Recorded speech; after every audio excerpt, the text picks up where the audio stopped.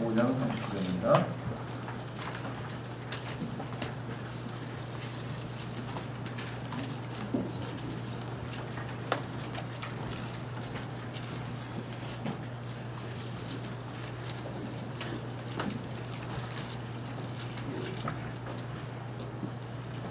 요한복음 5장 39절 하셨습니까? 예, 같이 한번 읽겠습니다. 시작. 성경 기록들을 간구하라. 너희가 그것들 안에서 영원한 생명을 얻는 줄로 생각하노라. 그것들은 곧 나에 대하여 질문하는 것들이니라. 그래서 저희가 지금 성경 기록들 창세기부터 계시록까지를 통해서 예수 그리스도를 발견하고 있습니다. 물론 우리가 자세하게 다 하면 뭐 어마어마하게 많겠지만 그 중에서도 이제 가장 대표적인 것들, 가장 우리가 잘 알아야 될 것들, 눈에 띄는 것들을 중심으로 해서 우리가 살펴보려고 합니다. 잠깐 기도하겠습니다. 하나님 아버지, 오늘도 저희에게 복된 날을 주셔서 저희가 세상으로부터 구분되어 거룩한 회중으로 하나님 앞에 나올 수 있게 해주신 것 감사합니다. 오직 주 예수 그리스도의 보배로운 피를 힘입어 담대히 은혜의 왕좌 앞에 나왔으니 약속하신 대로 긍휼을 베푸시고 필요한 때에 도우시는 은혜를 허락해 주시기를 진심으로 간구합니다.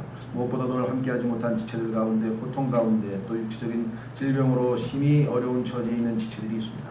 주님의 선한 손길로 돌보아 주시고 또 치유의 손길로 치유해 주셔서 건강한 모습으로 다시 주님을 섬기는 일에 동참할 수 있도록 긍휼과 은혜를 베풀어 주시기를 간절히 간구합니다. 주님, 비록 단위에 섰으나 주님 심히 무지하고 무능하고 무기력함을 고백합니다.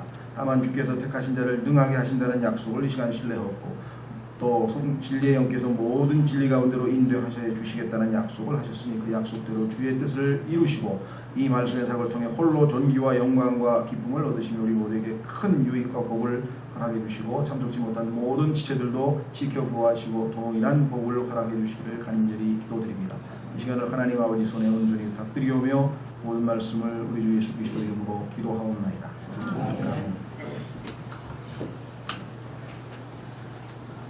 우리가 예수 그리스도를 믿기 전에는 하나님이 누구인지에 대한 막연한 정보만 알고 있었을 뿐 실제적으로 하나님에 대해서는 알지 못했습니다.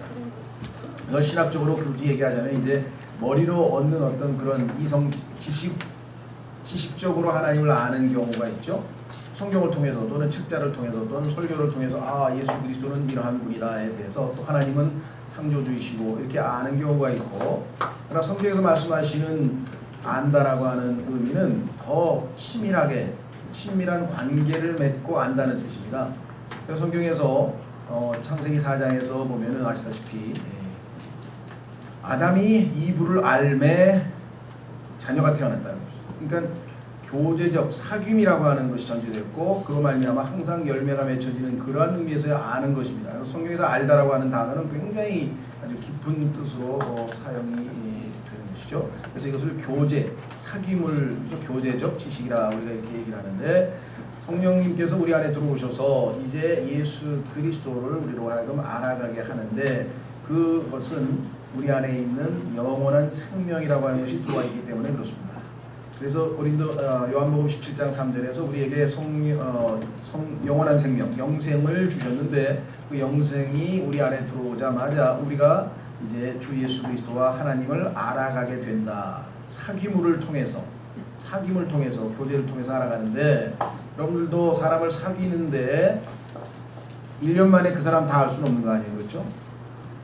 처음에는 그 사람의 학력, 그 사람의 뭐 가문, 그 사람의 직업 또는 그 사람의 이렇게 보니까 성격 뭐 이런 것들을 외모를 통해서 알고 좀 호감이 가서 친구로 사귀든 애인으로 사귀든 뭔가 사귐이 시작이 됐는데 조금 사귀어보니까 어떤 분들은 아이고 그 사람 없을 사람이야, 내가 더 이상 안 사귀겠다, 이렇게 해서 관계가 단절되거나 두절되는 경우도 있고, 처음에는 그냥 뭐 필요에 의해서 어쩔 수 없다, 뭐 내 직업상 아니면 그렇게 사귀었는데 사귀다 보니까 사람이 정말 괜찮네, 진국이야, 이 사람 이런 면이 있었나, 야 하면서 점점 더 알아가면 알아갈수록 더 이렇게 좀 관계가 더 치밀해지는, 그렇죠?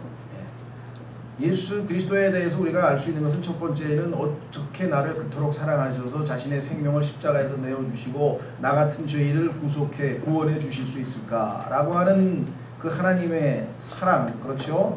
그걸 통해서 처음 알았어요. 그래서 우리의 구원자이신 분, 물론 그 전에는 창조자이시라고 하는 것도 이제 알게 되겠죠. 하나님은 나를 창조하셨다. 우주 만물도 창조하셨다. 그러나 많은 분들이 예수 그리스도를 자신의 죄로부터 구원해 주신 구원자이신 것 이상으로 알아가지 못한 채 계속 거기에 머물러 있다는 것이죠. 성경은 우리에게 은혜 가운데에서 예수 그리스도를 알아가는 지식에서 자라가라. 그래서 창세기에서도 예수 그리스도를 발견해야 되고 출애굽기에서 예수 그리스도를 발견해야 되고 예수님은 이런 분이셨었구나, 이런 분이셨었구나, 이런 분이셨었구나. 심지어는 2000년 전에 육체로 나타나기도 전에 예수 그리스도는 다니엘을 구출하기 위해서, 그렇죠? 불 가운데 들어가신 분이고 사자굴에 들어가신 사자와 함께 거니셨던 분이시고, 그 전에는 아브라함을 위로하기 위해서 아브라함한테 가서 주의 천사의 모습으로 찾아가서 만나서 같이 식사를 하면서 사라를 통해서 자식을 주겠다고 약속을 하신 분이시고, 그 전에 더 가니까 창세기 1장에서 하나님과 함께 온 우주 만물을 창조하신 분이시고, 그리고 시편에 가니까 시편 기자가 체험한 하나님은 나의 도움, my help, 나의 도움 되시는 주시여 하면서 뭐 어마어마하게 그 예수 그리스도가 놀라우신 분이라는 걸 우리가 조금씩 계속해서 더 배워나가는 것이겠죠. 그래서 점점 흠모하고 점점 끌리고, 그러면 솔로몬의 아가라고 하는 노래에서 그 슬레미 여인처럼 예수 그리스도를 향해서 어떻게 고백합니까? 나의 사랑하시는 이는 뭐가? 온전히, 모든 것이 온전히 뭐라고 그랬죠? 사랑스러우시도다. 그렇죠? All together lovely라는 표현을 썼어요. All together lovely. 여러분 그러십니까? 예수 그리스도에 대해서 생각만 해도 그냥 찬송가에 보면 마음이 좋거든. 너무나 아름다운 분이고 너무나 멋진 분이고 너무나 위대한 분이고 너무나 표현을 어떻게 할 수 없어서 wonderful이라 그래요. wonderful. 네? 이 지상에도 보면은 원더 많죠. wonders of the world. 그냥 뭐 나이아가라 폭포, 와, wonderful. 하늘의 별을 봐도, 그렇죠? 와. 그다음에 또 어떤 사람은 그냥 꽃봉오리에서 꽃이 피는 거 이렇게 요즘에 이제 뭐 무슨 카메라로 오, 원더풀 해서 뭐 찍어서 막 뭐 SNS로 보내고 보라 그러고 뭐 읽어보라고 막 난리가 없어요. 이 지상에도 굉장하잖아요. 그렇죠? 원더풀한 게 어디 한두 개입니까? 그게 다 원더풀 하신 분이 만드신 거예요. 그게 원더풀한 거예요. 근데 그분은 모르고 그런 거에 막 빠져가지고 자연을 신으로 섬기는 이상한 범신론자들이 있는데요. 얼마나 어리석습니까? 예수 그리스도를 알아가는 기쁨. 그래서 저는 하여간 이 주의 만찬 예배가 가장 제일 끌리는 예배 같아요. 예수 그리스도가 어떠한 신분이신가. 이분에 대해서 비록 아직은 피상적이지만 그래도 조금씩 더 알아간다. 자, 그러면 오늘은 네 번째가 아니죠. 책이 몇 번째 책이죠? 신명기면 5번째 책이네요. 성경의 5번째 책인 신명기에서 계시된 예수 그리스도. 뭐 이것 말고도 많겠습니다만은 가장 대표적인 것은 무엇인가? 무슨 다름 아닌 모세와 같은 대언자라, 이렇게 말씀하고 있습니다. 구원받지 못한 사람은요, 예수 그리스도에 대해서 정보는 가지고 있지만 예수 그리스도를 만나서 사귀어본 적이 없어요. 그렇죠? 그 차이점 아시겠어요? 어떤 사람에 대해서 아는 거하고 그 사람을 직접 아는 거하고, 그렇죠? 그래서 우리는 예수 그리스도를 사귀어가는 거예요. 하나님의 말씀을 통해서 육적으로 얼굴을 보고 직접 만나서 사귈 수도 있지만 사귐 가운데에는 서신을 통해서, 글을 통해서 알아가는 경우가 있죠. 자, 오늘 첫 번째는 신명기에 계시된 예수 그리스도는 누군가? 모세와 같은 대언자라. 확인해 보겠습니다.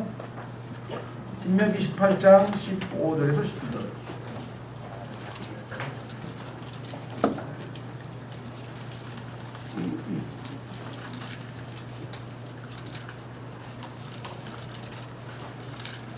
신명기 18장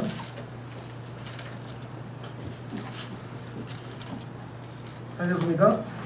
예, 15절서부터 보시면 주 내 하나님께서 내 한가운데서 곧 내 형제들 중에서 나와 같은 대언자 하나를 너를 위하여 일으키시니 너희는 그의 말에 귀를 기울일지라.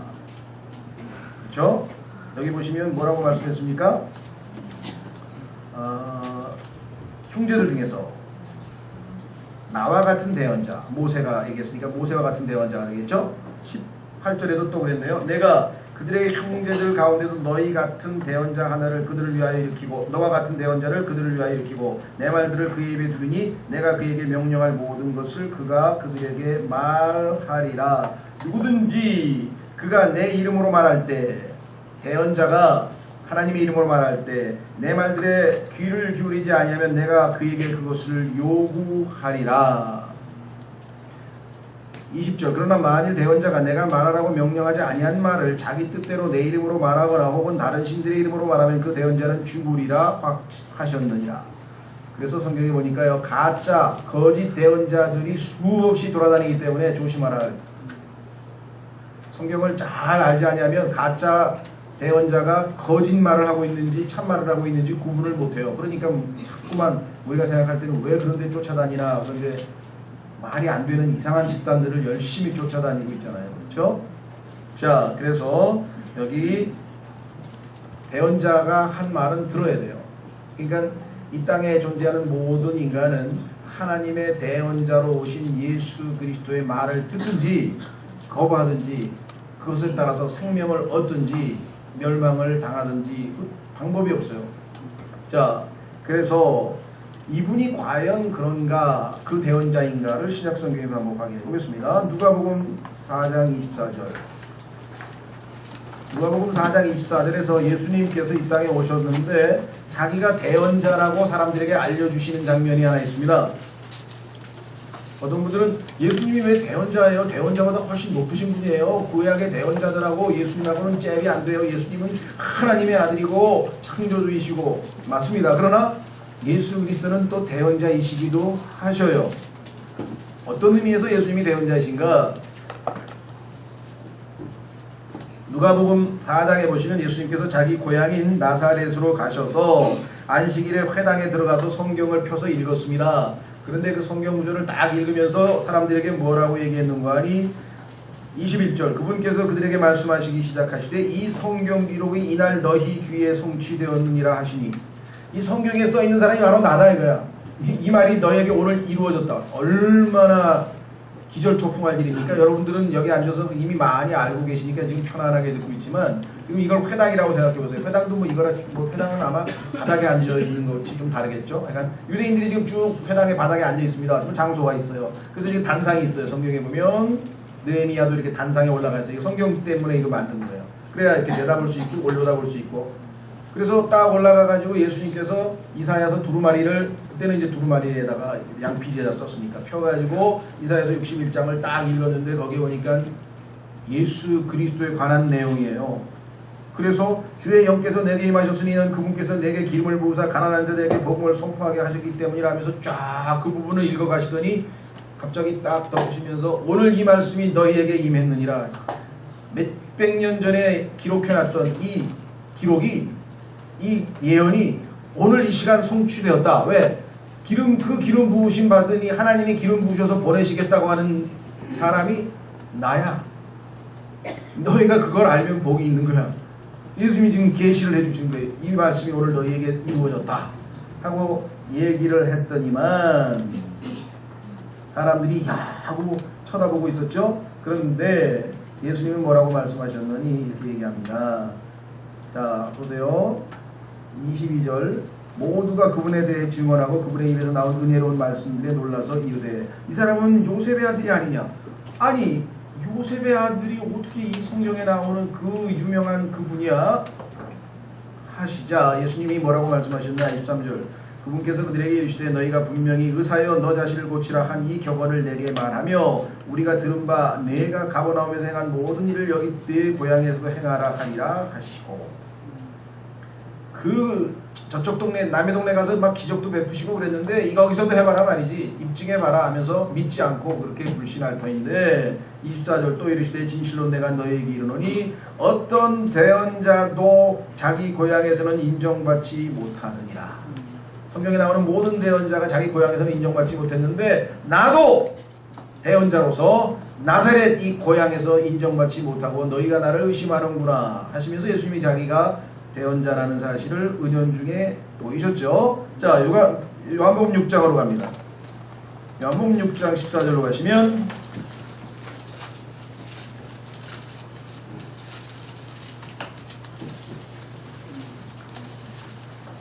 예수님께서 5,000명을 먹이는 기적을 베풀었어요. 그랬더니 사람들이 가만히 있어봐. 혹시나 하면서 14절 보세요. 그때 그 사람들이 예수님께서 행하신 그 기적을 보고 이르되 이분은 진실로 세상에 오실 뭐라고요? 그 대언자시로다. That prophet. 왜 모세가 신명기 18장 15절에서 모세 나 같은 대언자를 하나님이 세우시니 그분의 말씀을 들으라고 했던 왜 그 대언자 있었잖아 옛날에. 그렇게 신명기에 나오는 그분이 이분 아니야? 라고 생각했어요. 자, 7장으로 갑니다. 40절. 요한복음 7장 40절.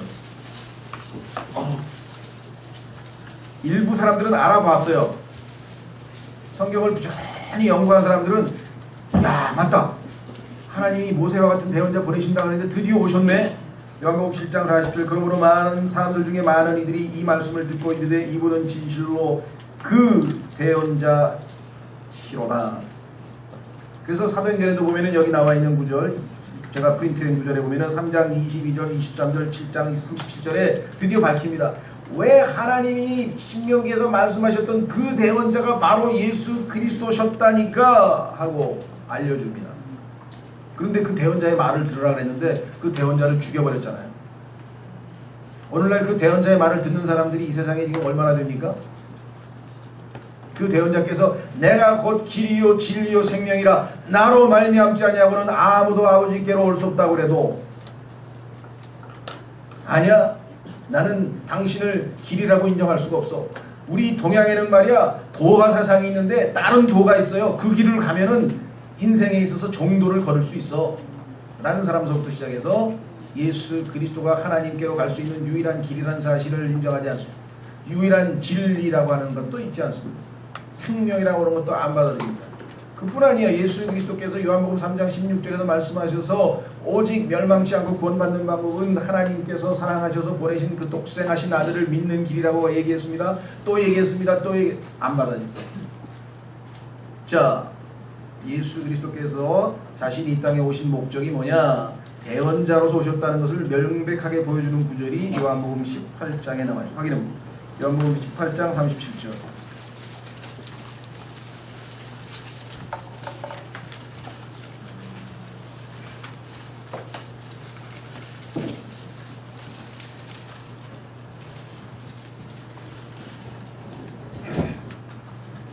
찾으십니까? 요한복음 18장 31절에는 빌라도하고 예수 그리스도께서 대화하시는 장면이 나와요. 자, 이렇게 얘기합니다. 그러므로 빌라도가 그분께 이르되 그러면 내가 왕이냐 하니 예수님께서 대답하시되 내가 왕이라고 내가 말하는도다. 내가 이런 목적으로 태어났으며 이런 까닭으로 세상에 왔나니. 많은 그리스도인들이 예수님은 죄인을 구원하러 오셨다. 그거 한 가지만 달랑 알고 있어요. 그래서 예수님 그러면 나의 구원자, 나의 구세주 한날 그 얘기를 하는 거예요. 그게 제일 중요하죠 우리에게는. 그러나 예수님은요 훨씬 더 차원이 그거는 예수 그리스도가 가지고 있는 것 중에 정말 아주 너무너무나 많은 것 중에 하나에 불과한 것이에요. 자, 여기 예수님은 다른 목적을 말씀하셨죠. 구원 아닌 무슨 목적? 자, 나는 진리에 대하여 증언하려 하노라. 진리에 속한 자마다 내 음성을 듣느니라 하시매. 하나님의 진리를 선포하는 대언자로서 하나님을 대신해서 진리를 선포하는 자로서 이 땅에 오셨다라고 하는 사실을 만천하에 드러내십니다. 그래서 예수님께서는 초림하셔서는 대언자로서의 직무를 충실히 수행하셨는데 그 진리를 외쳤던 대가로 사람들이 예수님을 십자가에서 못 박아서 죽였죠. 그러나 그것은 겉으로 드러난 것이고 사실은 예수 그리스도께서 자신을 죄의 헌물로 하나님 앞에 희생물로 바쳐서 우리를 구원하시기 위해서 자신의 생명을 스스로 내려놓으신 것이죠. 이 여러 측면을 보셔야 돼요. 그 다음에 지금 현재 예수님은 성경에 보니까 대제사장으로서 여러분과 저를 위해서 하늘에서 기도하고 계신다고 했습니다. 누군가 날 위해 기도하네 그랬는데 그 누군가가 사실은 예수 그리스도셔요. 다른 사람들은 기도하는 게 별로 없어요. 사실은 기도한다고 말을 하는데요, 기도 별로 많이 안 한다. 근데 예수님은 성경에 보니까 지금도 우리를 위하여 하나님 우편에서 기도하고 계신다고 했어요. 따라서 구원의 영원한 보장은 확실합니다. 여러분과 제가 하늘나라에 이르길 때까지 결코 예수님께서 기도를 멈추시지 않으실 것이라는 것이고요. 그뿐만 아니라 우리가 나아가서 은혜의 왕자 앞에 가서 긍휼과 필요한 때에 도우시는 은혜를 항상 주시잖아요. 그렇죠? 그러니까 신앙생활하다가 무릎 꿇고 은혜의 왕자 앞에 나가서 지금 현재 하늘에서 우리의 대제사장이 되세요. 그래서 이것을 예수님의 현재적 사역이라고 해요. 과거적 사역은 대언자로서의 사역, 임무 수행 완료됐습니다. 다 이루었다. 그러나 지금 현재 예수님은 살아서 하나님 우편에서 우리를 위하여 중보자로서 변호자로서 그 다음에 대제사장으로서, 그러니까 대제사장의 역할은 중보자 역할, 변호자의 역할 다 포함해서 지금 현재 사역을 수행하고 계시고 이 땅의 마지막으로 이제 왕으로서 미래적 사역을 이루시기 위해서 오실 것이다 이렇게 되어 있습니다. 이 세 가지를 구분하지 못하면 예수님에 대해서 우리가 아주 단편적인 것만 보게 된다는 것이죠. 자, 그래서 우리는 신명기에서 강조하고 있는 것은 대언자로서의 예수 그리스도, 진리를 증언하는 예수 그리스도. 그렇죠? 그런데 성경에 보니까 그 대언자이신 예수님께서 임무를 마치고 하늘로 가셨어요. 그럼 이 땅에는 어떻게 됐을까요? 자, 에베소서로 갑니다. 이 땅에는 그러면 어떻게 되느냐? 대언자들을 남겨놓으셔야죠.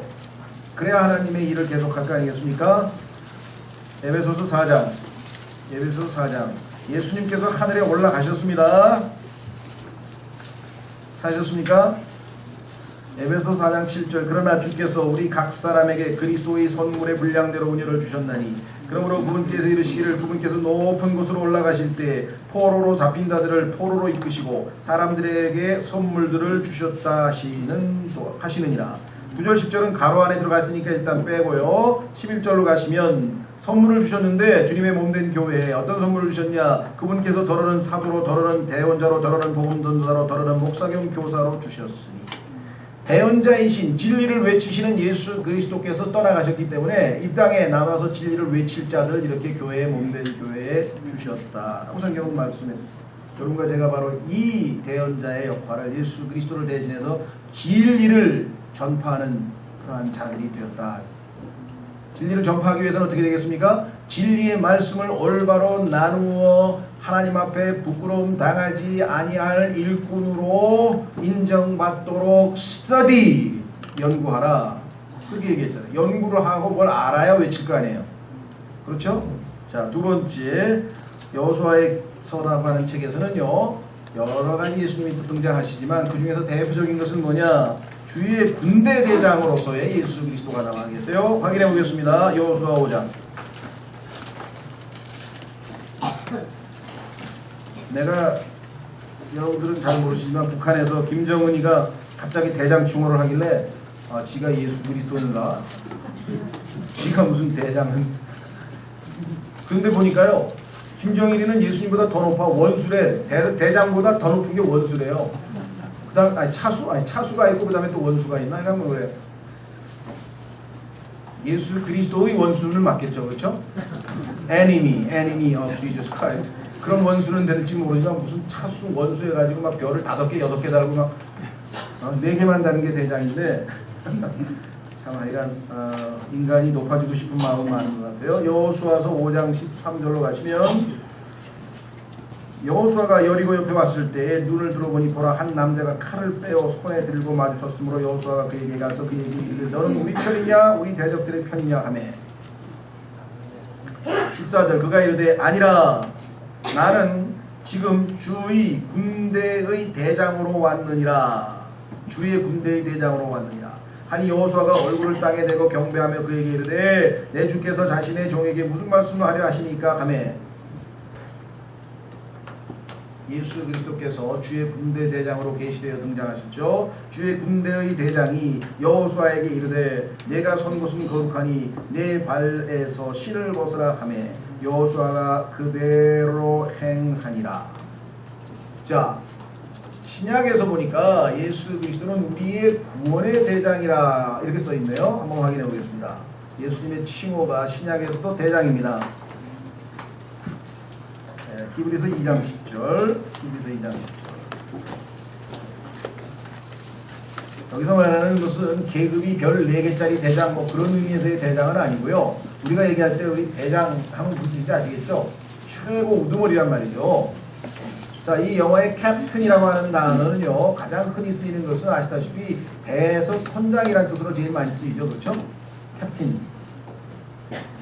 과거에 술 많이 드신 분은 캡틴 큐 있잖아요.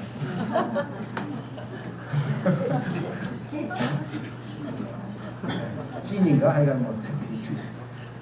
그 다음에 이 캡틴이라고 하는 단어는 언제 또 쓰입니까? 네, 요즘에 스포츠 스타들 중에서 이제 이 완장을 옆에다 딱 차고 주장으로 나가잖아요. 그죠? 박지성이 우리나라 대표팀 주장할 때 캡틴 파, 캡틴 대장. 성경에 대해서 우리 캡틴이라고 하는 말은 사실은 육군 계급으로 치면 육군 대위를 얘기할 때 캡틴이란 말을 써요. 난 왜 그런지 잘 모르겠어요. 이거 왜 계급이 이렇게 낮은가? 어쨌거나 그러나 원래 캡틴이라면 최고 총사령관장 말씀은 최고 책임자라는 뜻이에요. 그래서 여기서 지금 캡틴 오브 더 호스트 오브 더 로 주의 군대 대장이라고 할 때는 최고 사령관을 얘기하는 것이죠. 자, 히브리서 2장 10절에 이렇게 표현하셨네요. 자신을 위해 모든 것을 존재하게 하시며 이런 대장이세요. 자신을 위해 모든 것을 존재하게 하시며. 그러면 여러분과 저는 예수님을 위해서 존재 안 하고 다른 목적으로 여러분과 제가 살면 완전히 잘못 살고 있는 거겠죠. 두 번째, 또 자신으로 말미암아 모든 것을 존재하게 하시는 그분께서, 자신으로 말미암아 모든 것을 존재하게 하시는 그분께서 많은 아들들을 영광으로 데려가시는 일에서, 그러니까 우리의 구원의 대장은 앞서가시는데요. 우리 찬송가에 보면 있죠. 주님께서 대장이 되셔서 앞서가신다 그랬죠. 그런 찬송이 있죠. 네, 생각이 안 나네. 이거 부를 수. 네, 네.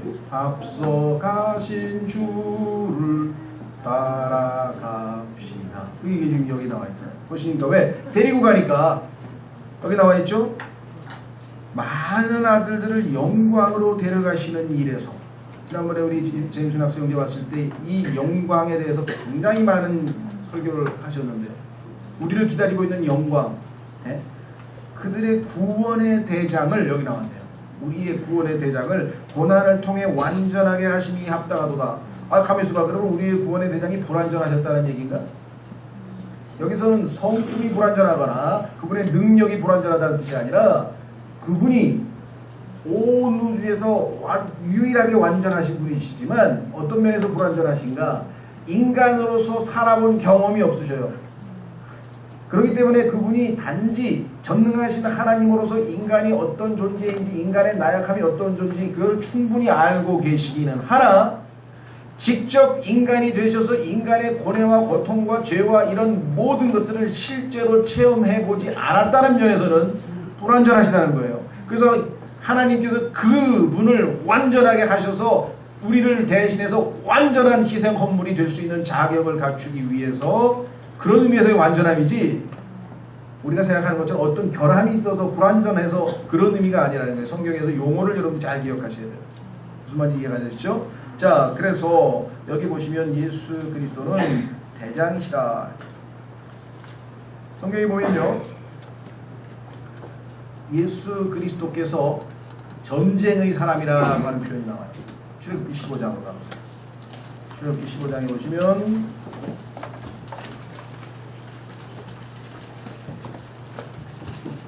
3절, 출애굽기 15장 3절, 출애굽기 15장 3절. 주는 전사시니, 이 전사란 말은 영어로는 man of war, 전쟁의 사람이야. 전쟁의 아주 달인이야. 전쟁의 달인. 싸우면 이기시는 분이셔요. 싸우면 이기시는 분. 그래서 14절 그분께서 파라오의 병거들과, 파라오는 성경에서 누구를 예표합니까? 마귀 사탄을 예표하잖아요. 그러니까 마귀 사탄의 군대를 어떻게 했어요? 병거들과 그의 군대를 바다로 던지시니 그가 택한 대장들도 홍해에 잠겼고, 마귀의 대장들이 다 주의 군대 대장의 권력 권위 앞에 다 무릎 꿇고 다 잠겨버렸고, 기품들이 그들을 덮으며 그들이 돌처럼 바닥에 가라앉았도다. 오 주여 주의 오른손이 권능으로 영화롭게 되었나이다. 오 주여 주의 오른손이 그 원수를 산산조각 내었나이다. 주께서 주를 대적하여 일어난 자들을 주의 크신 위세로 덮으셨나이다. 주께서 주의 진노를 보내심에 그것이 그들을 지푸라기같이 소멸시켰나이다. 주의 콧구멍에 거센 바람에 물들이 함께 모이되 큰 물들이 무더기같이 똑바로 일어나고 기품들이 바다의 심장부에서 엉켰나이다. 이 얘기를 쭉 들어보면 위대한 승리를 거두신 분의 모습이 여기 나오죠. 전쟁의 사람이신 분, 우리의 대장 되신 분은 항상 승리하시는 분이시다라고 성경에 나와 있습니다. 우리 그리스도인도 군인으로 뽑혔어요. 자, 주의 군대의 대장이신데 우리도 역시 이분의 군대로 모집을 받은 사람이다 이 말이에요. 군대로 뽑힌 사람이에요. 확인해 보겠습니다. 디모데후서 2장. 그리스도인들 중에서는 자기 자신의 정체성이 트릿하는 사람이 있어요. 내가 누군지를 모르면 이 세상에서 어떻게 자기의 존재 목적에 맞게 살겠습니까? 내가 누구냐 알아야 될 거 아니에요? 성경에 보니까 나는 군사로 나를 모집하신 분의 싸움을 싸우는 군인이다. 우리가 디모데후서 2장 3절 디모데후서 2장 3절 그러므로 너는 예수 그리스도의 좋은 군사로서 고난을 견디어내라. 전쟁을 하는 어떤 사람도 이 세상 삶의 일에 얽매이지 아니하나니 이것은 그가 자기를 군사로 택한 자를 기쁘게 하려 합니다. 대장이 앞서 가십니다. 그분을 따라갑니다. 그 우리가 가야 할 길이에요. 우리 그리스도인의 운명이에요. 그런데 그분은 승리자이셔요. 빅토리라고 하는 말이 성경에 많이 나오는데 그 중에서 여러분과 저에게 직접적으로 해당되는 건 한 구절만 찾고 세 번째 주제로 넘어가겠습니다. 확인해 보겠습니다. 고린도전서 15장. 고린도전서 15장에 가면은 승리를 우리에게 주시는 분 예수 그리스도 우리의 대장 승리자가 나와 있습니다. 고린도전서 15장에 보시면 57절 그러나 우리 주 예수 그리스도를 통하여 우리에게 승리를 주시는 하나님께 감사하노라. 구원의 대장을 바짝 따라가면 대장이 이루신 승리에 여러분과 제가 동참할 수 있어요. 그런데 자꾸 뒤에 처져가지고 후위에서 그렇죠? 따라오지 못하고 처져버리면 나중에 어떻게 됩니까? 낙오병이 되잖아요. 낙오병. 낙오하려 부대도 못 찾고 대장도 어디로 갔는지 없어졌고 혼자서 수가 없다고 그래서 포로 돼버리잖아요. 그래서 원수 마귀가 조롱한다 그랬잖아요. 포로로 잡아가지고 마귀의 포로. 신부는 하나님의 군사인데 살기는 마귀의 포로로 살아다닌다. 예수 그리스도께서 대장으로서 승리를 쟁취하셔서 우리의 그 승리도 우리에도 동참하는 축복을 주셨는데 마귀의 노예로서 살아. 그런데 주민등록상에는 주의 군사라고 써있어. 신부는 주의 군사인데 삶은 마귀의 노예로 살아가는 사람이 있어요. 마귀가 여러분들을 뭐를 노예합니까? 돈의 노예? 마귀가 돈으로 여러분들을 노예로 삼았습니까? 아니면 쾌락으로, 정욕으로, 아니면 무엇으로 여러분들을 노예로 삼고 있습니까? 그렇죠? 대장 되신 그분을 우리가 따라간다면 그 모든 것으로부터 우리가 승리할 수 있다. 자, 세 번째는 사사기. 이 사사라고 하는 말은 중국말이랍니다. 원래 이게. 그래서 우리가 옛날 그 한킹에서는 재판관기 이렇게 해서 재판관이란 말을 썼어요. 왜냐하면 judge란 말을 썼잖아요. 요즘에는 뭐 재판관이란 말도 잘 안 쓰죠. 판사라고 그러죠. 판사. 또 판사기 하니까 좀 어찌 이상하잖아요. 그래가지고 그냥 옛날 성경에 이미 썼으니까 사람들이 익숙해졌으니까 그냥 사사기라고 하자. 그래서 지금 현재는 사사기라는 용어를 그냥 썼습니다. 이제 이거는 책 용어로. 그러니까 안에는 아마 사사란 말을 안 쓰고 재판관이라고 했을 겁니다. 그 번역 자체는 내용에 들어가면 저지라고 하는 단어가 나올 때는 자, 이 사사기에 계시는 예수 그리스도는 1차적으로 재판관 중에 재판관이죠.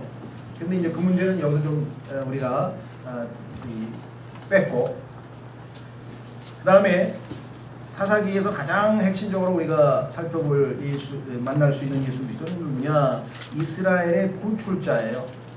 어려움과 곤궁과 절망과 하여간 무엇으로부터 뭔가 나쁜 것으로부터 구출해내는 것, 이것을 delivery라고 그러는데요. deliverer. 여러분들 뭐라 하나요? 사업하시는 분은 델리버리란 말을 많이 쓰시대. 뭘 이렇게 옮길 때 쓰는 거죠?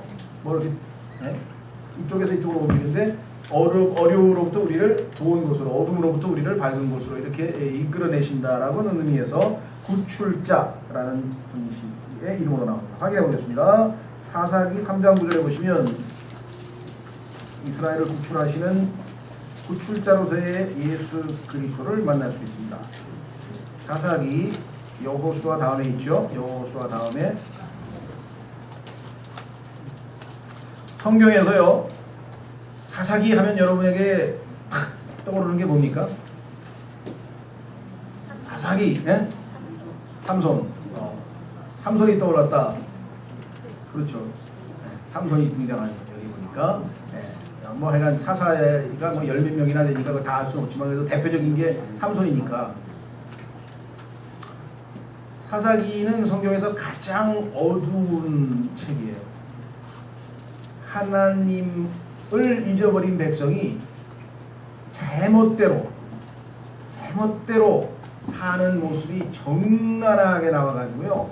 여기 보면은 사람을 죽여가지고 12토막으로 잘라가지고 각 지파에 보내는 사건도 나타나고요. 한 여자를 놓고 막 수십 명이 들러붙어가지고 그런 아이가 막 끔찍한 이야기 여기 다 나와요. 아주 끔찍하면서도 또 신기한 이야기.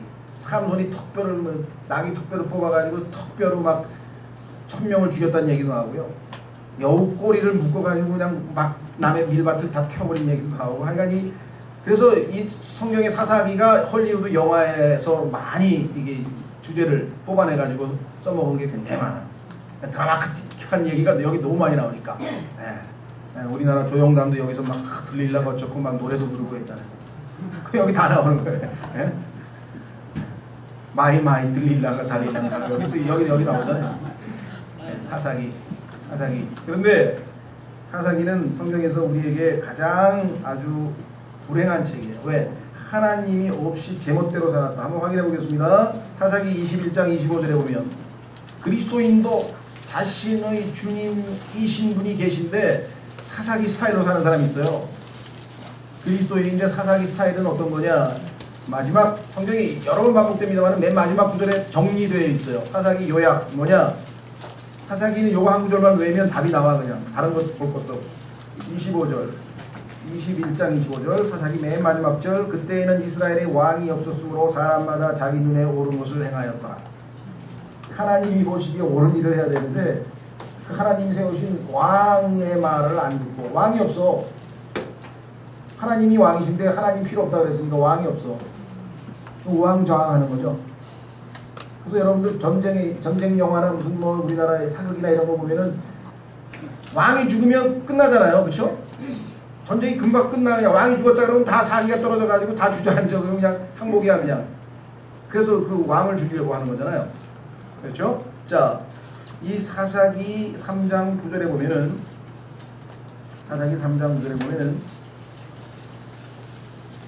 하나님의 말씀을 거역하고 죄를 짓고 있는 하나님의 백성에 대해서 하나님께서 아주 강력하게 치리하는 장면이 나옵니다. 자, 이렇게 기록되어 있네요. 8절부터. 그러므로 주의 분노가 이스라엘을 향하여 맹렬히 타올라 그분께서 그들을 메소포타미아 왕 부산 리사다임의 손에 파심해 이스라엘 자손이 부산 사다임의 8년 동안 섬겼더라. 이스라엘 자손이 주께 부르짖음에 주께서 이스라엘 자손을 위하여 한 누구를 일으키사? 구출자를 일으키사 그들을 건져내게 하셨으니 곧 갈렙의 동생이요 그다스의 아들인 온니엘이더라. 그래서 궁지에 빠진 이스라엘을 계속해서 필요할 때마다가 하나님께서는 구출자들을 계속해서 보내셨죠. 이제 이 땅에서 영적이든 육적이든 어떤 상황에서든지 다 궁핍하고 어둠 가운데 처해 있는 모든 이 땅의 죄인들을 구출을 해내시기 위해서, 그렇죠? 구출을 해내시기 위해서 하나님이 보내신 분, 구출자, 그분이 바로 예수 그리스도시죠. 성경에 보면은 시편 기자도 예수님을 구출자라고 고백하는 장면이 나와요. 여러분들도 아마 구출된 경험이 많으시겠죠? 시편 18절 2절. 여러분들 중에는 마약으로부터 구출되신 분도 계실 거고요. 그런 분들 간증을 많이 또 들어봤습니다. 그렇죠? 그 다음에 아주 어둠의 세계, 이 주먹 세계에서부터 구출된 사람도 있고요. 쾌락의 세계에서 구출된 사람도 있고요. 아주 그냥 어둠 속에서 허덕이던 사람들, 구출받은 사람들이 많이 있죠. 그래서 이렇게 얘기를 합니다.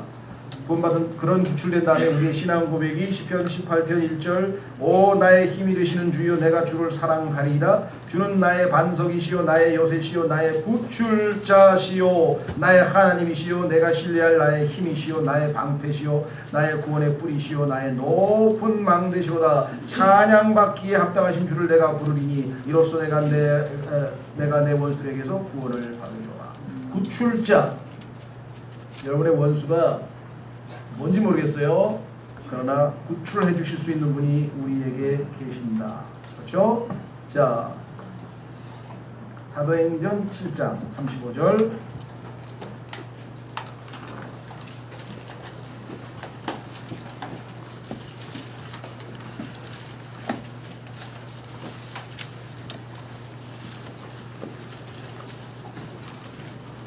사도행전 7장 35절에 보면은 모세가 우리의 모세 대신 예수님이신데 그 모세를 하나님께서 구출자로 보내셨다는 표현을 썼습니다. 7장 35절에 그들이 얘기를 누가 너를 치리자와 재판관으로 세웠느냐 하며 거절하던 이 모세 바로 그를 하나님께서 떨기나무 가운데서 그에게 나타난 천사의 손을 통하여 뭐라고 했습니까? 치리자와 구출자로 보내심에 모세와 같은 대언자이신 동시에 모세와 같은 구출자이신 예수 그리스도를 우리가 사사기를 통해서 확인합니다. 자, 두 구절만 더 봅니다. 로마서 11장 26절. 구출자 되신 분. 로마서 11장 26절.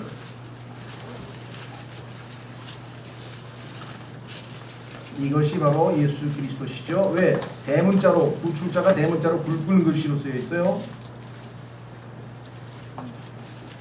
찾으셨습니까? 로마서 11장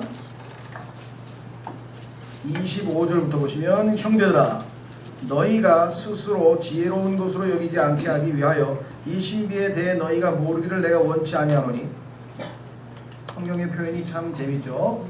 너희가 알기를 원하노라 이렇게 안하고 모르기를 원치 아니하노니 나는 큰 대도시 출신인데 그렇게 안하고 나는 작지 않은 도시 출신인데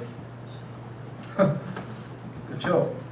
그것은 곧 이방인들의 충만함이 이를 때까지 일부가 눈머는 일이 이스라엘에게 생긴다는 것이라. 그리하여 온 이스라엘이 구원을 받으리라. 재림하실 때 예수님은 구출자로 오십니다. 이것은 기록된 바 시온에서 구출자 대문자 The Deliverer가 나와 야곱에게서 경건치 아니한 것을 돌이키니 내가 그들의 죄들을 제거할 때 예수 그리스도를 영접하지 아니하는 이스라엘은 예수님이 재림하실 때야 비로소 회개하고 죄로부터 용서받고 이제 하나님의 백성이 되는 것이죠. 자, 마지막으로 설교의 마지막은 아닙니다. 3번에 4번 3번의 마지막 디모데후서 4장 디모데후서 4장으로 가시면 바울이 과거에도 나를 구출해 주셨고 지금 현재도 나를 구출해 주고 계시고 미래에 예수 그리스도에 오실 때까지 구출해 주실 분, 과거 현재 미래 나의 구출자 되신 분이지. 여러분 어떠세요? 아, 성경에 보니까 예수님은 구출자래 라고 머리로 아는 거하고 내 삶에서 실질적으로 구출되어 본 경험이 있어서 예수님은 나의 구출자라고 고백하는 거하고의 차이점을 아시겠어요? 그렇죠? 여기서 여러분들에게 제공해드리는 것은 구출자이신 예수님을 알려드리지만 여러분은 삶 속에서 구출자이신 예수님을 체험하며 살아야 된다는 거예요. 그렇죠? 미움으로부터 구출되셔야 돼요. 그런 분도 계세요. 그렇죠? 낙심으로부터 구출돼야 돼요. 막 근심걱정에 찌들려 사는 분도 있어요. 반면에 또 하늘 모르고 교만한 분이 교만으로부터 구출되어야 하셔야 될 분도 있어요. 그렇죠? 구출되어야 될 게 한둘이 아니에요. 그럴 때마다 여러분이 구출될 때마다 나의 구출자이신 예수 그리스도를 찬양하는 거죠. 자, 바울은 이렇게 고백했습니다. 뭐로부터 구출받았는가? 디모데후서 4장 17절. 그럼에도 불구하고 주께서 나와 함께 서서 나를 강건하게 하셨으니 이것은 나로 말미암아 그 선포한 말씀이 온전히 알려져서 모든 이방인들이 듣게 하려 하심이라. 내가 사자의 입에서 구출되었느니라. 동물원에 잘못 가서 사자 우리에 빠졌나? 왜 사자의 입에서 구출당했나? 혹시 콜로세움에서 사자 있는 데서 바울도 거기서 한번 끌려나갔었나? 그건 아니죠. 왜? 베드로전서 5장에 가니까 너의 대적 마귀 사탄이 우는 사자처럼 삼킬 자들을 삼키려고 돌아다닌다고 써있잖아요. 그 성경에서 사자를 쭉 찾아보면은 진짜 사자 굴에 들어갔던 다니엘의 그 친구들이 있고, 그렇죠? 다니엘이 들어갔나? 다니엘의 친구가 들어갔나? 다니엘이 들어갔죠. 네, 다니엘의 친구는 풀무불에 들어갔고. 하여간 사자가 진짜 사자인지 아니면 우는 사자인지 그건 찾아볼 수 있겠죠. 여기서는 지금 마귀가 방해한 거죠. 복음 전파를. 그런데 하나님이 구출해 주셨다 이거. 두 번째 18절 주께서 나를 모든 악한 일에서 건져내시고, 자, 요 18절에도 건져낸다고 하는 표현을 썼네요. 그러니까 구출 건져냈다는 말은 이제 구출은 한자로 썼고 건져냈다는 말은 우리말로 썼네요. 또 자신의 하늘 왕국에 이르기까지 보존하시리니, 여기 보존하신다 그랬죠? 예. 그러니까 여기 보시면 구출했고 그 다음에 건져내시고 또 미래도 보존하시리니 우리의 구출자 되신 예수 그리스도. 마지막으로 룻기에 계시된 그리스도. 룻기라고 하는 책은요 성경에서 독특한 책입니다. 어떤 의미에서냐, 여러 가지 면에서 그런데 그 중에 하나, 여자 이름이 성경 타이틀로 붙어 있는 게 룻기가 있고, 그 다음에 뭐가 있죠? 예? 에스더. 룻이라고 하는 여인은 이방 여인인데, 그렇죠? 예. 유대 남자와 혼인을 했으면 룻은 누구를 대표하고 있을까요? 예수 그리스도의 몸이 된 교회죠. 그렇죠? 이방인이신 예수 그리스도가 이방인인 교회와 혼인하게 되는 것인데요. 이 룻기에 계시된 그리스도는 우리의 친족 구속자. 이게 무슨 소리냐? 친척이란 말을 우리 여기서 성경에는 친족이라고 하는 말을 썼는데요. 친척이에요, 친척. 그 다음에 구속자라고 하는 것은 뭐냐면 친척에게 구속할 권리가 있기 때문에 구속자에서 이것을 붙여서서 우리가 친족 구속자라고 하는 용어를 성경에 사용합니다. 킨즈맨 리디머라고 하는 쓰는데요. 룻기 2장으로 가보십시오.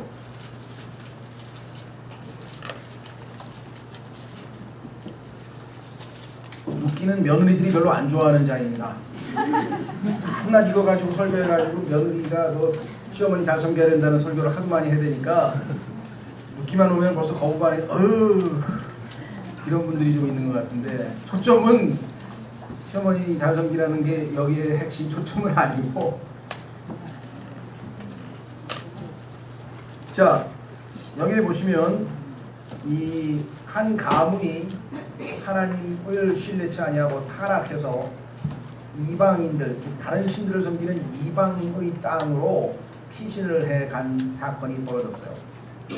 사사기 시대니까 자기 마음대로 한다 그랬잖아요. 왕이 없어가지고 자기 뜻대로 산다 보니까 가만히 있으니까, 야, 하나님께서 우리를 가나안 땅에 보내가지고 땅 유업도 주시고 막 승리도 하고 굉장했었는데, 과거에 보니까 이제 영 나라가 영 앞길이 너무 없고 엉망진창이고, 가뭄은 들고 하나님의 심판으로 이제 막 가뭄이 와서 막 굶어 죽게 생기고 도저히 안 되겠다 싶어가지고 이제 떠났죠. 고향을 떠나서, 우리나라도 보면 옛날에 일제시대 때 만주로 간 분도 있고 많이 갔잖아요. 그런 식으로 이제 다른 나라로 가버린 거예요. 고향을 떠나서. 그러다가 이제 거기서 이제 살다가 도저히 어떻게 할 도리가 없어서 이제 그래도 하나님 밑에 가서 사는 게 낫겠다 싶어서 이제 다시 고국으로 돌아옵니다. 그런데 거기에서 시어머니가 된 나옴이라고 하는 여인이 있는데, 두 며느리가 있었는데 아들들은 다 죽었어요. 근데 그 중에서 이제 두 며느리가 처음에 다 따라오겠다 그러다가 한 며느리는 이제 돌아가 버리고, 그래도 끝까지 나는 어머니가 섬기는 그 하나님, 나도 그 하나님을 믿겠다.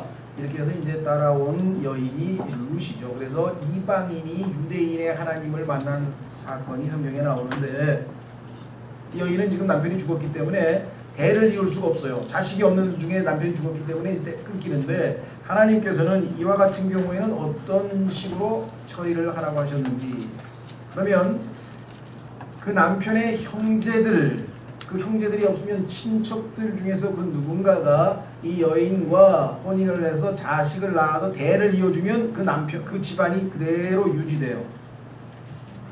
그 다음에 이들이 잃어버렸던 원래 가지고 있던 땅과 이런 것들을 다 되사야 돼. 팔렸는데 그죠? 다른 사람이 다 팔린 걸 갖다 되사야 다시 산다. 이게 영어의 redeem 구속이라는 단어예요.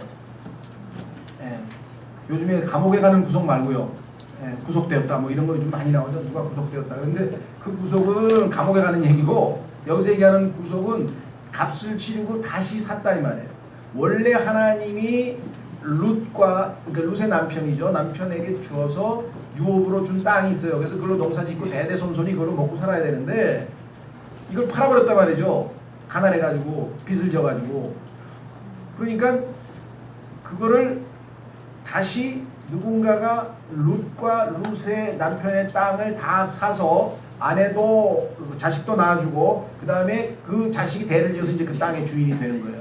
그러려면은 상당한 투자를 해야 되겠죠. 재산이 들어가겠죠. 그렇죠? 그러니까 누가 쉽게 안 나설 수가 있을 거예요.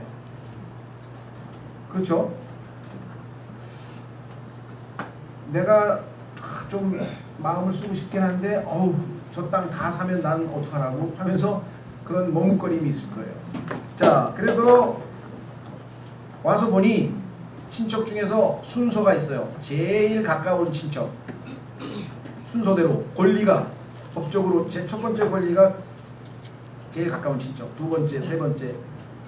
그런데 두 번째 권리를 갖고 있었던 보아스라고 하는 그 친척이 롯을 보니까 덕스러운 여인이라 시어머니에게 하는 것이나 주변에 있는 모든 사람들이 이방 여인 룻을 봐라 저렇게 덕스러운 여인이 있는가 하고 막 칭찬이 자자한 거예요. 예, 요즘에도 그런 사람이 있대 보니까 저 다문화 가정에서 왔는데 그냥 막 며느리가 막 시어머니 섬기고 막 이런 거 막 방송에 보니까 막 그렇죠. 요즘 보니까 대한민국 이 여성들이 이 다문화 가정 여성들을 배워야 되겠더라고요. 정말 열심히 하고 그분들은 여기가 환경이 좋은 데 와서요 이렇게 좋은 데가 있나 해가지고 지금 막 만족해하고 행복해하고 열심히 살아가는 것 같아요. 대한민국에서 불평하는 모든 여인들을 다 그쪽 지방에 보내는 열악한 환경에서 한번 살아보면 여기가 얼마나 좋은 데인데 밤낮 찡찡거리고 쟁쟁거리고 막 그럴 이유가 없어요. 그렇죠? 어이구 그럴 때 내가 방송에서 볼 때마다 야 이게 저렇게 만족해하고 막 기뻐가지고 그냥 막 하는데 왜들 뭐가 이게 불평이 많은지 그렇죠? 이 롯도 아마 그랬나봐요. 야 롯도 저쪽에 가서 그냥 살다가 여기 와보니까 사람들이 하나님을 믿는 사람이어서 그런지 그나마 그래도 좀 덕성도 있고 야 이게 그래가지고 잘 왔구나 진짜 하나님 섬겨야지 막 주변에서 칭찬이잖아요. 그래서 보니까 하나님의 법도에 따라서 내가 저 여인을 불쌍히 여겨서 사줘야겠다. 구속 사줘야 되겠다. 라고 마음먹은 친족의 이름이 보아스예요. 그렇죠? 그런데 그 보아스라고 하는 사람보다 앞선 더 가까운 친족이 한 명 있었어요. 예. 근데 그 친족에게 물어봤어. 우선권이 있으니까 네가 얘기해라. 너한테 있다. 네가 싫으면 빨리 의사 표시를 해라. 그럼 내가 사겠다. 내가 하겠다. 임무를 수행하겠다. 근데 처음에는 할 것처럼 하더니 보니까 아까워 돈이. 그래가지고 신발을 벗었어요. 신발을 벗었다는 얘기는 못하겠다는 얘기. 신발 벗고 그 유대 풍습에 보면 그렇게 나오죠. 예. 아까 그 여호수아도 군대 대장이 나타나가지고 신발 벗었다고 나왔죠. 예, 신발 벗으라 얘기야. 넌 못해. 내가 대장이 돼서 가난 정복을 해야지. 넌 못한다. 신발 벗어. 예. 자, 그래서 보아스가 롯도 아내로 맞아들였고 그 유산 그 저기 남편의 모든 땅 유업도 다 값을 치르고 되샀어요. 자, 이것은요 우리가 성경에 보니까 바울이 죄에 팔렸다라는 표현을 썼어요. 여러분들 죄에 팔린 적 있습니까? 없습니까? 로마서 한번 가보세요. 로마서에 가면은 7장 14절. 여러분과 제가 예수님 믿기 전에 죄에 팔렸다는 거 알고는 있었나요? 예수님 믿고 나서도 자기가 과거에 죄에 팔렸던 사람인지 모르는 분도 있어. 우리 과거가 죄에 팔렸던 사람이에요. 다시 사야 돼. 예수 그리스도가 값을 치르고 다시 사서 여러분과 저를 구속했다고 성경에서 쓰는 거예요. 왜? 팔렸잖아, 죄에. 자, 확인하겠습니다. 로마서 7장 14절. 우리가 알거니와 율법은 영적이나 나는 육신적이어서 죄 아래 뭐라고 그랬습니까? 팔렸도다. 그러니까 다시 사야 될 거 아니에요. 구속자가 필요하잖아요. 우리에게 구속자이신 예수 그리스도가 필요하잖아요. 그렇죠? 그 다음에 이 구속이라고 하는 것은 포로로 잡혀간 사람을 값을 치르고 사오는 거예요. 다시 해방시켜주는 거예요. 포로로부터 해방시켜주는 것도 구속이라고 하는 의미가 들어가 있습니다. 자, 그래서 우리 로마서 3장 24절과 2절을 찾고 마치겠습니다. 로마서 3장 24절에 보시면 예수 그리스도께서 우리를 구속하셨다. 우리의 친족. 왜 친족일까요? 예수님이 만약에 영이신 예수님이 하늘에서만 계시고 그 영광스러운 가운데 있었으면 우리의 친족이 될 수 있어요? 없어요? 없죠. 그런데 성경에 보니까 예수님께서 우리의 친족이 되기 위해서 인간과 똑같은 몸을 입고 이 땅에 오셨다 그랬잖아요. 그래서 예수님이 우리의 킨스맨, 친족이 되신 거예요. 이해가 되세요? 그래서 우리를 형제라 부르기를 부끄러워하지 아니하셨다 그래요. 성육신은 우리의 킨스맨, 친족이 되시기 위해서 스스로 인간의 길을 택하신 예수 그리스도를 보여주시는 사건이죠. 자, 로마서 3장 24절. 그리스도 예수님 안에 있는 구속을 통해 하나님의 은혜로 값없이 의롭게 되었느니라. 어떻게 했는데? 23절. 모든 사람이 죄를 지어 하나님의 영광에 이르지 못했는데. 그렇죠? 그런데 이 구속을 하려면 값을 주고 다시 살려면 뭐 값을 치러야 되잖아요. 근데 그 값이 뭐예요? 값을 치른 걸 뭘로 값을 치렀어요? 예수 그리스도의 보배로운 피로. 그런데 그 피는 성경에 보니까 육체의 생명은 피에 있다 그랬죠. 자신의 생명을 값으로 내주고 목숨을 내어주고 여러분과 저를 다시 샀어요. 그런데 여러분들이 막 살아도 되겠습니까? 여러분이 신분이 지금 어떤 신분인데 하나님께서 어떠한 희생을 치르고 여러분들을 샀는데 그 신분을 망각한 채, 그렇죠? 우리가 막 살아도 되겠는가 한번 깊이 생각해 봅시다.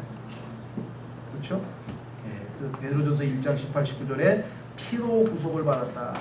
생명을 내어주고 구속을 받았습니다. 우리의 구속자 되신 친족이요 구속자 되신 예수 그리스도. 이 친족이 된 거에 대해서는요, 여러분들 지난번에 제임스 낙성대 와서 예수님의 인성이라고 하는 5번의 메시지가 있었잖아요. 우리의 친족이신 예수님의 모습이 거기 다 나와 있죠. 그렇죠? 뭐 자세하게 참조하시면 되겠습니다. 오늘 이 시간에 우리는 신명기에서, 여호수아에서, 사사기에서, 룻기에서 대언자로, 군대의 대장으로, 구출자로, 구속자로 계시되신 예수 그리스도를 배웠습니다.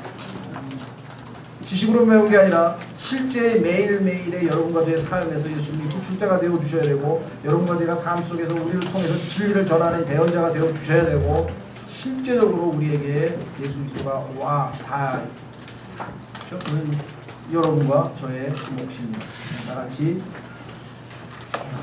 이 놀라우신 예수 그리스도를 기억하는 시간을 주의 말씀을 통해 갖도록 하겠습니다.